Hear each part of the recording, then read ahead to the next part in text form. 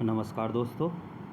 आज घटना चक्र, पूर्वावलोकन, इतिहास की पुस्तक को पढ़ेंगे और देखेंगे कि पीसीएस, आरओ वगैरह में किस प्रकार के क्वेश्चन पूछे जाते हैं। तो स्टार्ट करते हैं।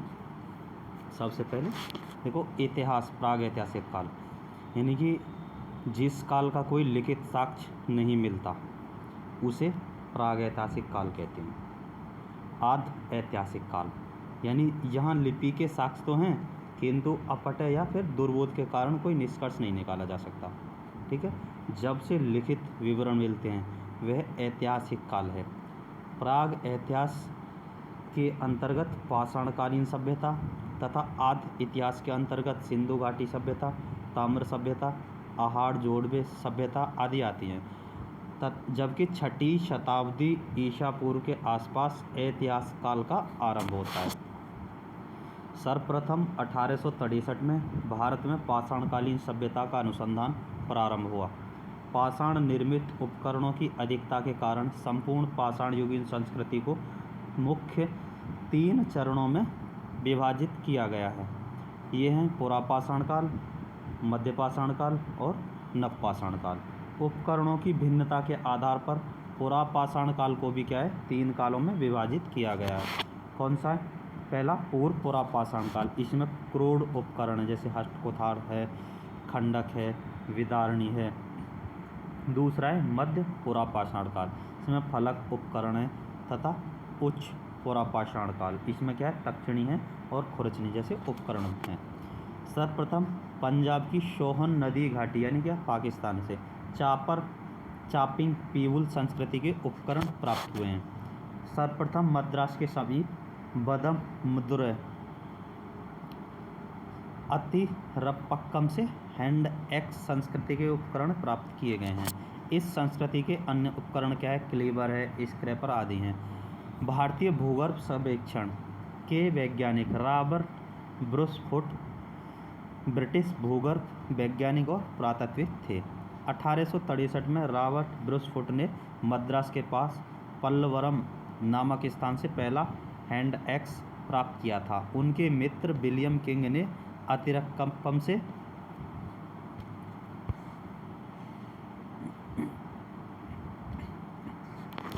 क्या है, पूर्व पाषाण काल के उपकरण खोज निकाले।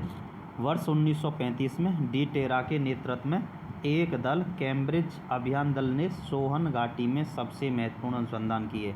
बेलन घाटी में इलाहाबाद विश्वविद्यालय के जी.आर. शर्मा के निर्देशन में अनुसंधान किया गया। पूर्व पाषाण काल से संबंधित यहाँ 44 पुरास्थल प्राप्त हुए हैं। उपकरणों के अतिरिक्त बेलन नदी घाटी, वहाँ के लोहंदा नाला क्षेत्र से इस काल की अस्थि निर्मित मातृ देवी की एक प्रतिमा मिली है, जो संप्रति कौशाम्बी संग्रहालय में क्या सुरक्षित है। फलकों की अधिकता के कारण मध्य पुरापाषाण काल को फलक संस्कृति भी कहा जाता है।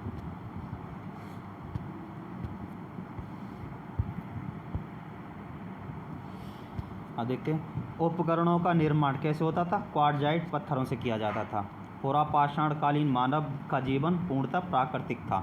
वे प्रधानतः शिकार पर निर्भर रहते थे तथा भोजन मांस अथवा कंदमूल हुआ करता था। उनका जो भोजन था मांस और कंदमूल आदि हुआ करता था। अग्नि के प्रयोग से अपरिचित, यानी कि अब तक अग्नि का उन्हें ज्ञान नहीं था, जिस कारण वे क्या करते थे, कच्चा मांस खाते थे। इस युग का मानव क्या था, शिकारी था और खाद्य संग्राहक था, यानी कि खाद्य उत्पादक नहीं था, खाद्य संग्राहक था। इस काल के मानव को पशुपालन तथा कृषि का भी ज्ञान नहीं था। यदि पशुपालन और कृषि का ज्ञान हो जाता तो उत्पादक बन जाता था, और जब पशुपालन और कृषि का ज्ञान बाद में आया था।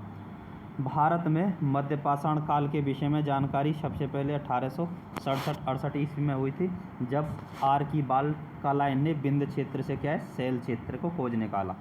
मध्यपाषाण काल के विशिष्ट औजार सूक्ष्म पाषाण या पत्थर से बहुत छोटे औजार हैं। भारत में मानव अस्थिपंजर सर्वप्रथम मध्यपाषाण काल से ही प्राप्त होने लगता है। गुजरात स्थित लंगना सबसे महत्वपूर्ण पुरास्थल है। यहाँ से लघु पाषाण के उपकरणों के अतिरिक्त कुछ पशुओं की हड्डियाँ, कब्रिस्तान तथा कुछ मिट्टी के बर्तन भी प्राप्त हैं। यहाँ से 14 मानव कंकाल भी मिले हैं। मध्यपाषाण कालीन मेहदहा यानी कि प्रतापगढ़ उत्तर प्रदेश से हड्डी एवं सींग से निर्मित उपकरण प्राप्त हुए हैं। जी.आर. शर्मा ने मैदाह के 3 क्षेत्रों का उल्लेख किया है, जो पहला झील क्षेत्र, दूसरा बूचड़खाना संकुल क्षेत्र और तीसरा क्या है, कब्रिस्तान निवास क्षेत्र में बटा था। बूचड़खाना संकुल क्षेत्र से क्या है, हड्डी एवं सींग से निर्मित उपकरण एवं आभूषण बड़े पैमाने पर पाए गए हैं।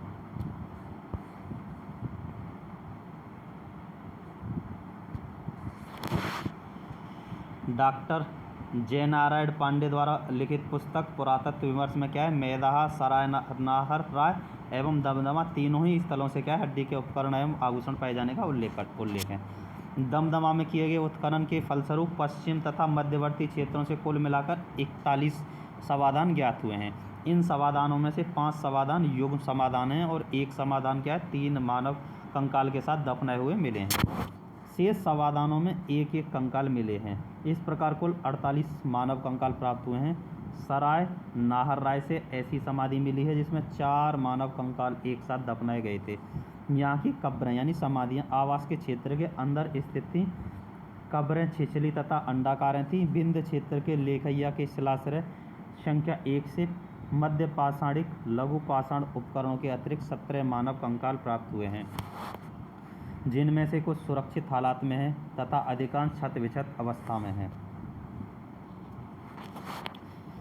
अमेरिका के ओरेगोन विश्वविद्यालय के जॉन आर कोलास के अनुसार लेखैया में 27 मानव कंकालों की अस्थियां मिली हैं।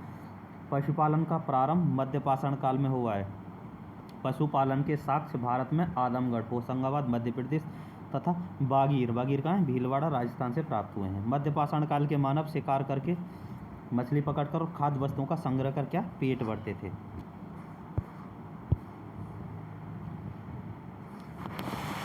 मध्य प्रदेश के रायसेन जिले में स्थित क्या है, भीमबेटका का प्रागैतिहासिक शैल चित्रकला का एक श्रेष्ठ उदाहरण है। भारत में सर्वाधिक 700 से अधिक शिलाश्रय प्राप्त हुए हैं, जिनमें से 243 को क्रमांक दिया गया और इनमें से 133 शैलाश्रयों में चित्रकारी प्राप्त हुई है। यूनेस्को ने भीमबेटका के शैल चित्रों को विश्व विरासत सूची में सम्मिलित किया है। सर्वप्रथम खाद्यान्नों का उत्पादन नवपाषाण काल में आरंभ हुआ था। इसी काल में गेहूं की कृषि आरंभ हुई थी। नवीनतम खोजों के आधार पर भारतीय उपमहाद्वीप में प्राचीनतम कृषि साक्ष्य वाला उत्तर प्रदेश के संत कबीर नगर जिले में स्थित कौन सा है, लहोरादेव है। यहाँ से 9000 ईसा पूर्व से लेकर 7000 ईसा पूर्व के मध्य चावल के साक्ष्य प्राप्त हुए हैं।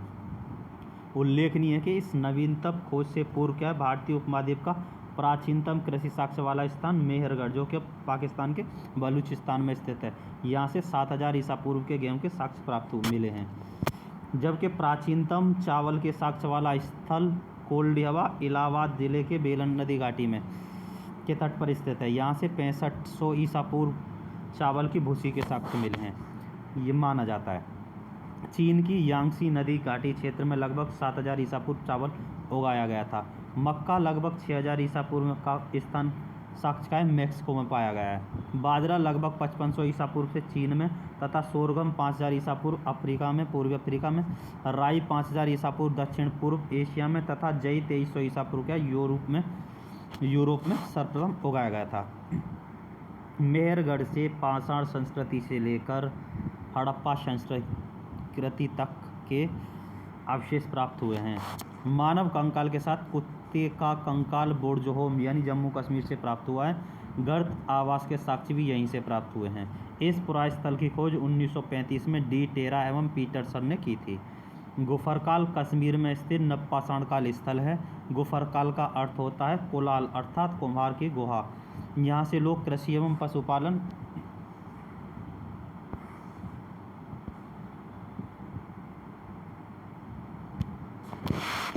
का कार्य करते थे। चिरांद बिहार के सारण जिले में स्थित है। यहाँ से नवपाषाणकालीन अवशेष प्राप्त हुए हैं। यहाँ से हड्डी के अनेक उपकरण प्राप्त हुए हैं। यहाँ से प्राप्त उपकरण हिरण के सींगों से निर्मित हैं। नवपाषाण युगीन दक्षिण भारत में मृतक को दफनाने के स्थल के रूप में बृहत पाषाण स्मारकों की पहचान की गई है। नवपाषाण कालीन पुरास्थल से राख के टीले कर्नाटक के मैसूर के पास क्या है, बेल्लारी जनपद में स्थित संगनकल्लू नामक स्थान से प्राप्त हुए हैं। पिकलीहल, उतनूर आदि स्थलों से भी राख के टीले मिले हैं। ये राख के टीले नवपाषाण युगीन पशुपालक समुदाय के मौसमी शिविरों के जले हुए अवशेष हैं। आग का प्रयोग नवपाषाण काल की महत्वपूर्ण उपलब्धि है। धातुओं में सबसे पहले तांबे का प्रयोग हुआ। इस चरण में पत्थर एवं तांबे के उपकरणों का साथ साथ प्रयोग जारी रहा। इसी कारण इसे ताम्र पाषाणिक संस्कृति यानी कैलकोलिथिक कल्चर कहा गया है। ताम्र पाषाणिक का अर्थ होता है पत्थर पर तांबे के प्रयोग की अवस्था। भारत में ताम्रपाषाण युग की बस्तियां दक्षिण पूर्वी राजस्थान, पश्चिमी मध्य प्रदेश, पश्चिमी महाराष्ट्र तथा दक्षिण पूर्वी भारत में पाई गई हैं।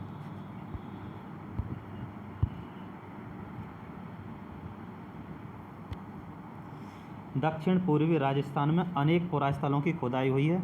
ये हैं अहाड़, बालाथल, बागोर, ओजियाना एवं गिलुंद। ये पुरास्थल बनास घाटी में स्थित हैं। बनास घाटी में स्थित होने के कारण इसे बनास संस्कृति भी कहते हैं। अहाड़ का प्राचीन नाम तांतवती अर्थात तांबे वाली जगह है। गिलुंद, बालाथल, ओजियाना में घरों को चारदीवारी से घेरा गया है। अहाड़ के पास गिलुंद में मिट्टी की इमारत बनी है, किंतु कहीं कहीं पक्की ईंट भी लगी हैं। गिलुंद में तांबे के टुकड़े मिले हैं। अहाड़ संस्कृति लगभग 2100 से 1500 ईसा पूर्व अन्य ताम्र पाषाणिक संस्कृतियों से भिन्न है, क्योंकि जहां दूसरे केंद्रों में लाल व काले लेप के मृदभांड बने हैं, वहीं यहाँ इस लेप के ऊपर सफ़ेद रंग से चित्रकारी की गई है। कृष्ण लोहित मृदभांड परंपरा विशिष्ट रही है। पश्चिमी मध्य प्रदेश में मालवा, कायथा, एरण और नवदाटोली प्रमुख स्थल हैं। नवदाटोली मध्य प्रदेश का एक महत्वपूर्ण ताम्र पाषाणिक पुरास्थल है जो खारगोन जिले में स्थित है। इसका उत्खनन एच.डी. सांकलिया ने कराया था। यहाँ से मिट्टी, बांस एवं फूस से बने चौकोर एवं वृत्ताकार घर मिले हैं। यहाँ के मृदभांड लाल काले रंग के हैं, जिन पर ज्यामितीय आलेख उत्कीर्ण है। कायथा संस्कृति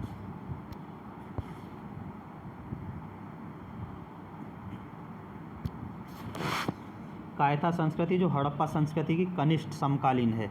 इसके मृदभांडों में कुछ प्राग हड़प्पीय लक्षण दिखाई देते हैं, साथ ही इन पर हड़प्पाई प्रभाव भी स्पष्ट दिखाई देता है। इस संस्कृति की लगभग 40 बस्तियां मालवा क्षेत्र से प्राप्त हुई हैं, जो अत्यंत छोटी छोटी हैं। मालवा संस्कृति अपनी मृदभांडों की उत्कृष्टता के लिए जानी जाती है। मध्य प्रदेश में कायथा और एरण तथा पश्चिमी महाराष्ट्र में इनाम की बस्तियां किलाबंद हैं। पश्चिमी महाराष्ट्र के प्रमुख पुरास्थल कौन से हैं? अहमदनगर जिले में जोरवे, नेवासा और देमाबाद। पुणे जिले में चंदोली, सोनारगांव, इनामगांव, प्रकाश और नासिक हैं। ये सभी पुरास्थल जोरवे संस्कृति के हैं। अब तक ज्ञात 200 जोरवे स्थलों में गोदावरी का देमाबाद सबसे बड़ा स्थल है। यहाँ लगभग 20 हेक्टेयर में फैला है यह, जिसमें लगभग 4000 लोग रह सकते थे। नेवासा यानी जोरवे संस्कृति स्थल से पट्टसन का साक्ष्य प्राप्त हुआ है। टोटीदार पात्र परंपरा जोरवे संस्कृति की विशिष्ट पहचान है। महाराष्ट्र की ताम्रपाषाण कालीन संस्कृति यानी जोरवे संस्कृति के नेवासा, देमाबाद, चंदोली, इनामगांव आदि पुरास्थलों में मृतकों को अस्थि कलश में रखकर उत्तर से दक्षिण दिशा में घरों के फर्श के नीचे दफनाए जाने के साक्ष्य प्राप्त हुए हैं। आरंभिक ताम्रपाषाण अवस्था के इनामगांव स्थल पर चूल्हों सहित बड़े बड़े कच्ची मिट्टी के मकान और गोलाकार गड्ढों वाले मकान मिले हैं।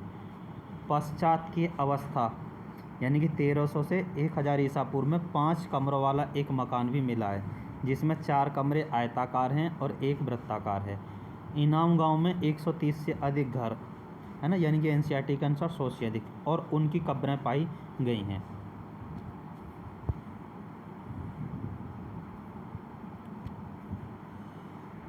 यह बस्ती किलाबंद है और खाई से घिरी हुई है। यहाँ शिल्पी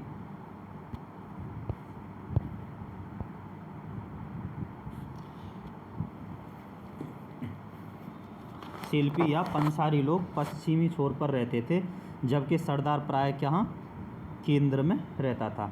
यहाँ से अन्नागार भी मिला है।